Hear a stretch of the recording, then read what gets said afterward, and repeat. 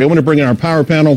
Walser Wealth Management President Rebecca Walser is with us, along with Fox Business's Lauren Simonetti. Ladies, hi. We got to begin with this triumphant return. Sorry. Rebecca, you were worried. You've been worried for a few years now about where the world is going, about where our economy is going. Do you feel better? I mean, I feel better that Trump is at the helm economically because I think he's best poised to deal with it. But I do still think that the global world is coming to a boiling point here. Yeah. So you're not surprised, though, with those? Absolutely not. Expected. I don't know if I expected every single, but that is unbelievable, Charles, and totally expected for what we've gone through since 2020 globally. Right.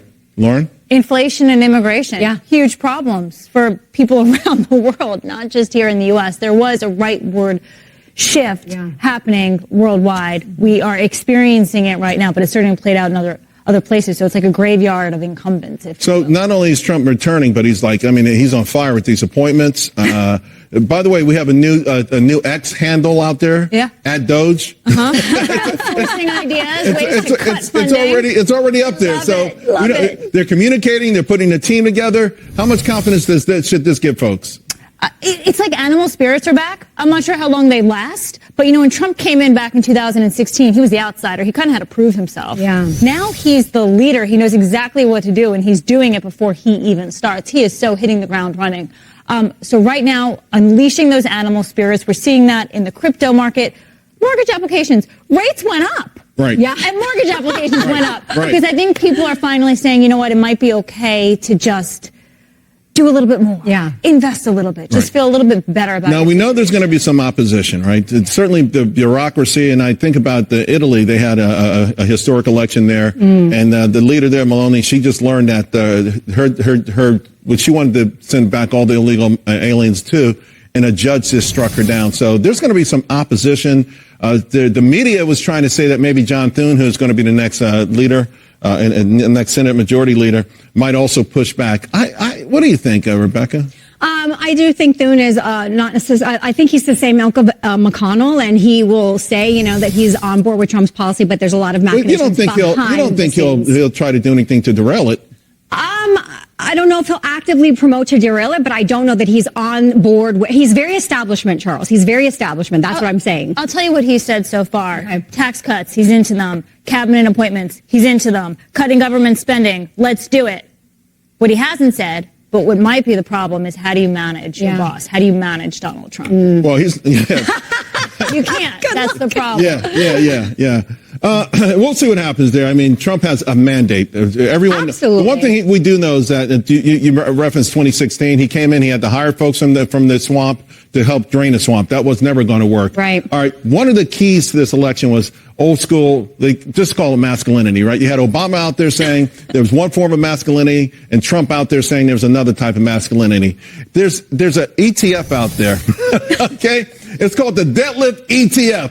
And here's the thing that I love about it, Rebecca. It's crushing the S&P 500. Yes. It is crushing it. Yes. Of course it's crushing it. Yes. Tell us about this one. So this has outperformed the S&P for the last 4 years, 140%. And it's not, it's CEOs that actually either have some sort of sport or they're weightlifters. Right. So it's basically saying the CEOs that participate in physicality are actually take risks, and they're outperforming the market. And so we should look to that as a potential barometer for, market performance. Make America healthy again. Healthy and strong. And strong. How about healthy and strong? Yeah, I love it. I love it. So I knew you loved that because you've done very well with gold for your clients, right? Yeah, absolutely. Right? I got another alternative investment for you. Maybe the next ETF. So they've sold the first work of art by a humanoid robot for $1 million. And it's a portrait of Alan Turing, which is probably appropriate. All right, as an investment, as people come to you for help, you put together wealth portfolios.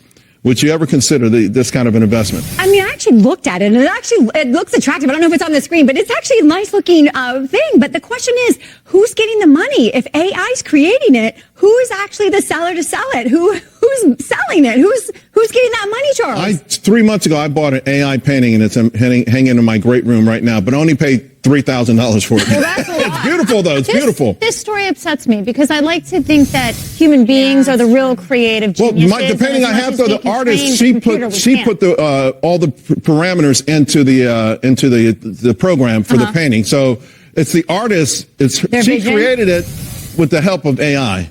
Does that make you feel a little better? No. I tried to design water bottles for my kids using AI. It was a big mess. They all came out ugly. So we started the week off with a really sad story. Saks not going to have that famous lighting thing. Gosh, sad. But if anyone's in New York City and you think you're going to miss if you're going to miss a Saks thing, you got something else you might do better. Absolutely. Louis Vuitton. Lauren, have you seen this Louis Vuitton thing? Wow. Have you been on 57th Street? I've seen pictures of this. Oh my God. This is look at this. Gorgeous. The store. Like, the whole store is a big trunk. Look at this. I mean, they're crashing trucks and cars in front of this thing. I think it's wonderful, and I feel like there's a business story there somewhere. I love it so much. I want to literally be a tourist and go down and take a picture in front of it. It's gorgeous. I don't want to burst your bubble, but Louis Vuitton, Dior, Sephora, Tiffany, Celine, that's all under LVMH. Their sales aren't doing so good. Of course not. Luxury sales are in the toilet right now. Put it this way. They're not necessarily in the toilet, but they had the best year ever. Bernard Arnault became the richest person on the planet. Yeah. And it's hard to keep that up, particularly because a lot of that was STEMI money. All right, real quick. We got less than a minute to go. From this beautiful Louis Vuitton store to this story, ugly buildings make people lonely and miserable. It's true.